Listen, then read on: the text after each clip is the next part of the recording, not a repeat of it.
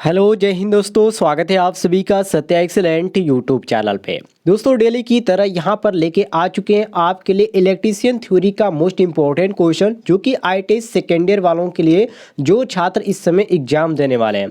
ये क्वेश्चन मैं स्टार्ट कर रहा हूँ 21 से, क्योंकि मैंने एक वीडियो के माध्यम से आपको 20 क्वेश्चन प्रोवाइड कर दिया है, जिसका लिंक आपको इस वीडियो के डिस्क्रिप्शन में मिल जाएगा, तो आप वहाँ से भी जाकर देख सकते हैं। चलिए क्वेश्चन नंबर 21 से स्टार्ट करते हैं, जिसमें क्वेश्चन कहा जा रहा है कि निम्न में से कौन से ऊर्जा संयंत्र को ऊर्जा की समान मात्रा का उत्पादन करने के लिए सबसे अधिक क्षेत्र की आवश्यकता है। मोस्ट इंपॉर्टेंट क्वेश्चन है। देखिए दोस्तों, सौर ऊर्जा संयंत्र को ऊर्जा की समान मात्रा का उत्पादन करने के लिए सबसे अधिक क्षेत्र की आवश्यकता होती है, इसलिए यहाँ पर क्वेश्चन के अनुसार हम मारेंगे ऑप्शन नंबर सी।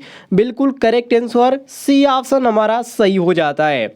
अगले क्वेश्चन पे आते हैं, जिसमें अगला क्वेश्चन यहाँ पर पूछा गया है कि निम्नलिखित में से कौन सा जनरेटर एक हाइड्रो ऊर्जा संयंत्र में टरबाइन के साथ संयोजन में प्रयोग किया जाता है। इसमें जो प्रयोग किया जाता है वो आपका होता है मुख्य पोल सिंक्रोनस जनरेटर, जो कि ऑप्शन में डी दिया गया। अर्थात हम कह सकते हैं कि मुख्य पोल सिंक्रोनस जनरेटर एक हाइड्रो ऊर्जा संयंत्र में टरबाइन के साथ संयोजन में प्रयोग किया जाता है।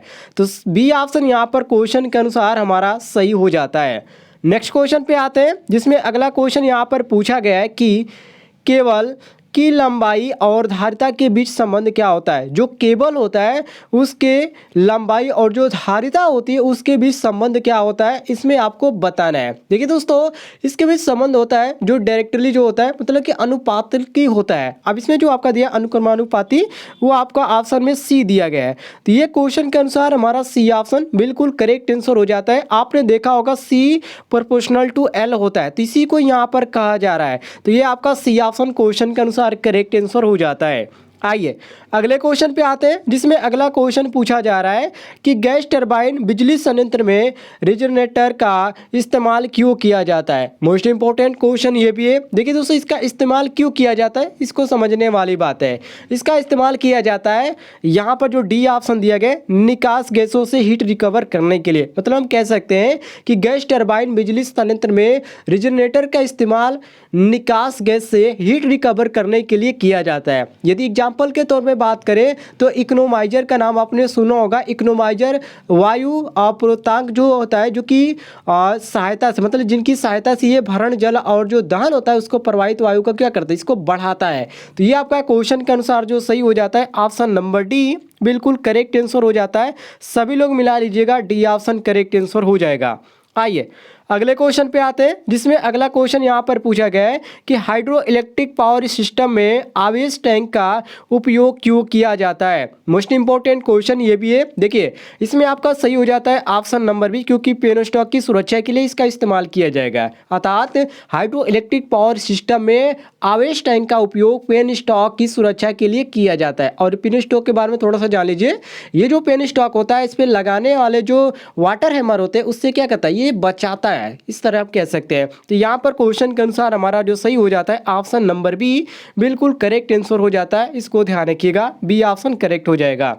आइए अगले क्वेश्चन पे आते हैं, जिसमें अगला क्वेश्चन पूछा गया है कि डीजल पावर स्टेशन की क्षमता कितनी है। मोस्ट इंपॉर्टेंट है, मतलब यहाँ पर आपको इसकी बताना है कैपेसिटी की, इसकी जो कैपेसिटी है वो कितने से कितने परसेंट है। तो ये आपका 35 से 42% होता है। अर्थात हम कह सकते हैं कि डीजल पावर स्टेशन की जो क्षमता होती है 35 से 42 होती है।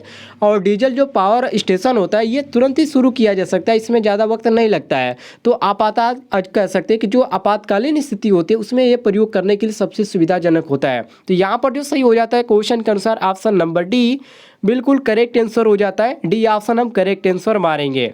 आइए अगले क्वेश्चन पे आते हैं, जिसमें क्वेश्चन यहाँ पे कहा जा रहा है कि ट्रांसमिशन के मध्य वोल्टेज को स्टेप अप किया जाता है। मतलब कि वोल्टेज जो होता है उसको स्टेप अप किया जाता है, किसमें, मतलब किसके लिए किया जाता है। तो ये जो किया जाता है दोस्तों, वो किया जाता है ट्रांसमिशन हानि को कम करने के लिए, जो कि ऑप्शन में आपका सी दिया गया। हम कह सकते हैं कि ट्रांसमिशन के मध्य वोल्टेज को स्टेप अप ट्रांसमिशन हानि को कम करने के लिए किया जाता है। और यदि आपसे कोई रीजन पूछ दिया जाए कि रीजन इसका बताइए कि जो हानि होता है उसको कम करने के लिए किया जाता है। लेकिन ये क्यों किया जाता है? तो देखिए, ट्रांसमिशन वोल्टेज को बढ़ाने पर धारा को जो मान होता है वो घट जाता है, तो आपका जो I²R हो जाता है वो हानि क्या होता है, घट जाता है, इसलिए ऐसा किया जाता है। तो यहाँ पर क्वेश्चन के अनुसार जो सही हो जाता है ऑप्शन नंबर सी बिल्कुल करेक्ट आंसर हो जाएगा। सी ऑप्शन हम करेक्ट आंसर मारेंगे।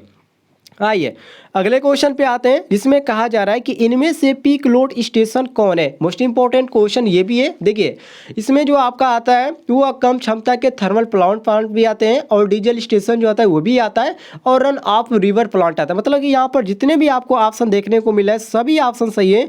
उपयुक्त यहाँ पर हम सभी मारेंगे, क्योंकि सभी को मालूम है कि जो पीक लोड स्टेशन होते हैं वो कम क्षमता की बात करें तो क्रम से आप जान लीजिए। सबसे पहले आपका थर्मल प्लांट होता है, कम के अनुसार हम बात करें तो थर्मल प्लांट हो जाता है, उसके बाद डीजल स्टेशन हो जाता है, रन ऑफ रिवर प्लांट हो जाता है, पिक लोड प्लांट होता है। ये सभी क्या आता है, कम क्षमता, मतलब क्रम से मैं आपको बता रहा हूँ, इसको ध्यान रखिएगा। तो यहाँ पर क्वेश्चन के अनुसार हमारा जो सही हो जाता है ऑप्शन नंबर डी बिल्कुल करेक्ट आंसर हो जाता है। डी ऑप्शन हम करेक्ट आंसर मारेंगे। आइए अगले क्वेश्चन पे आते हैं, जिसमें क्वेश्चन यहाँ पर कहा जा रहा है कि ताप शक्ति संयंत्र में भरण जल तापक, अति तापक एवं वायु पूर्वतापक का प्रयोग किया जाता है मुख्यतः। आप यहाँ पर समझने वाली बात है। देखिए, ताप शक्ति संयंत्र में जो भरण जल तापक होता है वो अति तापक एवं जो वायु पूर्वतापक होता है उसका प्रयोग जो किया जाता है संयंत्र की दक्षता बढ़ाने के लिए किया जाता है। और इसमें जो हमारा सही दिया गया ऑप्शन में सी ऑप्शन दिए गए, तो ये हमारा क्वेश्चन के अनुसार ऑप्शन नंबर सी बिल्कुल करेक्ट आंसर हो जाता है। सभी लोग मिला लीजिएगा। आइए अगले क्वेश्चन पे आते हैं, जिसमें कहा जा रहा है कि एक हानि रहित लाइन के कैरेक्टरिस्टिक इम्पीडेंस को कहते हैं। अब इसको क्या बोला जाता है? देखिए, पहले तो इसका यहाँ पर जान लीजिए, जो सर्ज इम्पीडेंस होता है उसका सूत्र क्या होता है। तो सर्ज इम्पीडेंस ZC बराबर आपका होता है √L/C होता है। अब देखिए, ये जो हानि रहित लाइन होता है उसको कैरेक्टरिस्टिक जो इम्पीडेंस होते हैं उसको सर्ज इम्पीडेंस कहते हैं, और जो सर्ज इम्पीडेंस होता है उसका जो सूत्र होता है ये आपके सामने, इसको आप नोट कर लीजिएगा, मोस्ट इंपॉर्टेंट है। तो यहाँ पर क्वेश्चन के अनुसार जो सही हो जाता है ऑप्शन नंबर डी बिल्कुल करेक्ट आंसर हो जाता है। डी ऑप्शन हम करेक्ट आंसर मारेंगे।